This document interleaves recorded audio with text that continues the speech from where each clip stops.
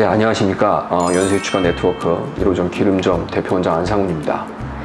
원장님, 임플란트 치료하신 지 얼마나 되셨죠? 지금 횟수로 보면 20한 몇 년 됐죠. 정확하게 모르겠는데 20몇 년 지났죠. 내공이 만렙이시니까 어렵고 예민한 질문 해볼게요. 네. 제일 마음이 안쓰러운 여러 가지 케이스 중에 하나는 제가 심은 임플란트를 제 손으로 빼야 될 때가 가끔 있습니다. 환자를 10년, 20년 이상, 25년 이상 환자를 보다 보니까 임플란트도 평생 쓰는 게 절대 아니거든요. 그러니까 임플란트를 제가 했든 또는 딴 데서 해오신 분이라도 임플란트를 빼야 되는 경우가 있습니다. 물론 임플란트 위에 올라간 어떤 보철물이 깨지거나 나사가 부러지거나 이럴 때에도 물론 임플란트 전체를 빼야 될 경우도 가끔 있지만, 대부분의 임플란트를 통째로 제거를 해야 되는 경우는 임플란트 주변에 있는 뼈의 상태가 나빠져서 뼈 자체가 내려가서, 그러니까 이도 물론 썩어서 빼는 경우도 있지만 많은 경우에서 잇몸이 내려가서 뼈가 내려가서 이를 빼는 경우가 있듯이, 임플란트 역시 주변에 둘러싸고 있는 치조골이 내려가서 이를 빼야 되는 경우가, 그게 거의 사실은 대부분이라고 봐도 과언이 아닐 것 같습니다. 일단 첫 번째는 왜 뼈가 내려가는가? 임플란트 주변에 뼈가 내려가는 건 물론 정상적인 노화 과정과 또는 제대로 된 임플란트에서도 뼈가 내려가는 것은 있을 수 있습니다. 물론 그 속도가 차이가 나겠지만, 근데 급격하게 많이 내려간, 그거는 뭐 전신적인 상황, 뭐 당뇨가 됐든 골다공증이 됐든 전신적인 상황도 있을 수 있겠고, 그 다음에 치술질이 안 돼서 자치아처럼 치석이 생겨서 잇몸뼈가 내려가는 것처럼 임플란트 주변에도 치석이 생겨서 살이 내려가는, 또는 많은 힘을 받을 때, 임플란트가 받는 힘보다 많은 센 힘을 오랫동안 받을 때, 예를 들어서 어금니가 없어서 임플란트로만 뭐 돼 있다거나 어느 한쪽으로만, 임플란트 쪽으로만 밥을 먹어서 힘을 많이 받는다거나, 그런 것들이 몇 년이 지나다 보면 처음에 분명히 똑바로 그 다음에 뼈의 높이에 딱 맞춰서 잘 심어놓은 임플란트들이 뼈가 내려가서 자꾸 염증이 생기고 빼게 돼야 되는 경우가 생깁니다. 그게 이제 이 임플란트를 제거하거나 빼야 되는 가장 대표적으로 많은 케이스인데, 결국은 웬만하면 어떻게든 안 빼고 싶죠, 의사들이나 환자 스스로도. 그래서 그 주변을 계속 이제 깨끗하게 하고 뼈가 내려가는 걸 뻔히 보면서도 어떻게든 더 쓰세요, 유지하세요, 뭐 이렇게 버티게 됩니다. 그러다 어느 순간 더 이상 안 되겠다 판단이 되면 결국은 임플란트를 제거를 하게 되고, 그러면 다시 심어야 되는데, 방금도 말씀드렸다시피 이 임플란트를 뺀다는 것이 결국은 뼈가 내려가서 임플란트를 빼는 거기 때문에, 이 임플란트를 뺐을 때는 결국 뼈가 없거든요. 그러니까 재식립을 한다는 것이 상당히 어렵습니다.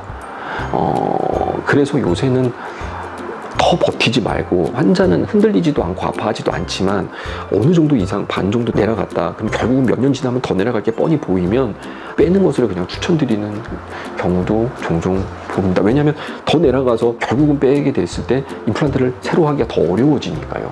근데 저는 개인적으로 환자분들과 많이 얘기를 하면서 하다 보니까, 이게 뭐 이론적으로 머리로는 이해는 되는데 환자분들이 아직 흔들리지도 않는데 꼭 빼야 돼 이거를, 그리고 그 고생을 또 수술을 또 해야 돼, 빼는 것도 쉽지가 않거든요. 그러다 보니까 일단 환자들과 상의하다 보면 그럼 좀 더 쓰세요, 자꾸 이렇게 얘기를 하게 되죠.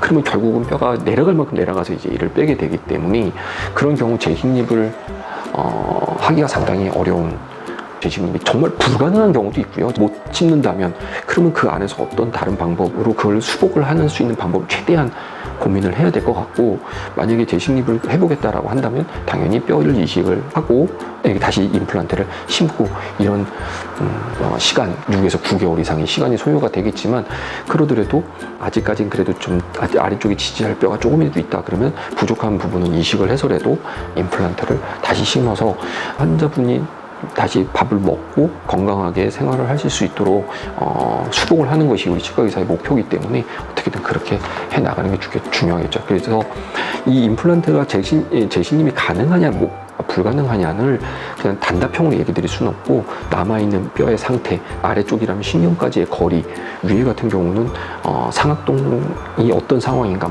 또 남아있는 뼈가 어느 정도로 얇으냐, 이런 거에 따라서 꼭 임플란트만이 답은 아니고 뭐 브릿지를 하든 틀니를 하든 다른 방법이 있을 수 있기 때문에 그냥 단답형으로 된다 안 된다 예고보다는 뼈가 어느 정도 내려갔을 때 담당 의사 선생님과 미래를까지도 앞으로 이걸 빼면 어떻게 할 것이냐에 대한 고민도 미리미리 해나가는 것이 중요할 거라고 생각합니다.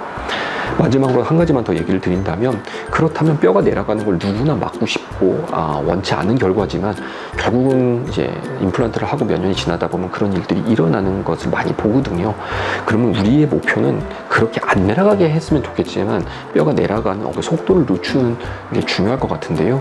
그것은 뭐 유일하게 한 가지밖에 없죠. 정기적인 체크밖에 없다고 봅니다. 아껴야 된다는 거죠.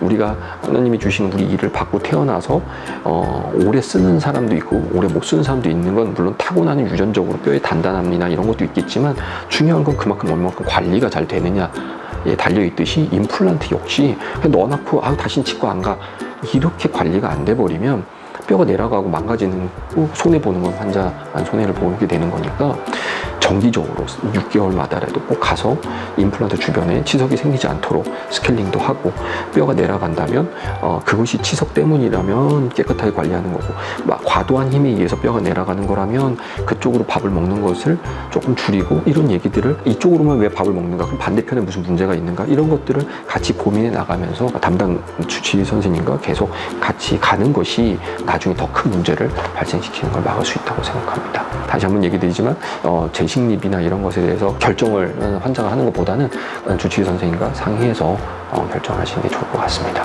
여기까지 임플란트에 대한 좀 민감한 질문에 대한 답을 했는데요. 충분했나 모르겠습니다. 주치의 선생님과 충분히 상의하셔서 임플란트 하신 거, 힘들게 하신 거 오래오래 잘 쓰실 수 있도록 되기를 바라도록 하겠습니다. 감사합니다.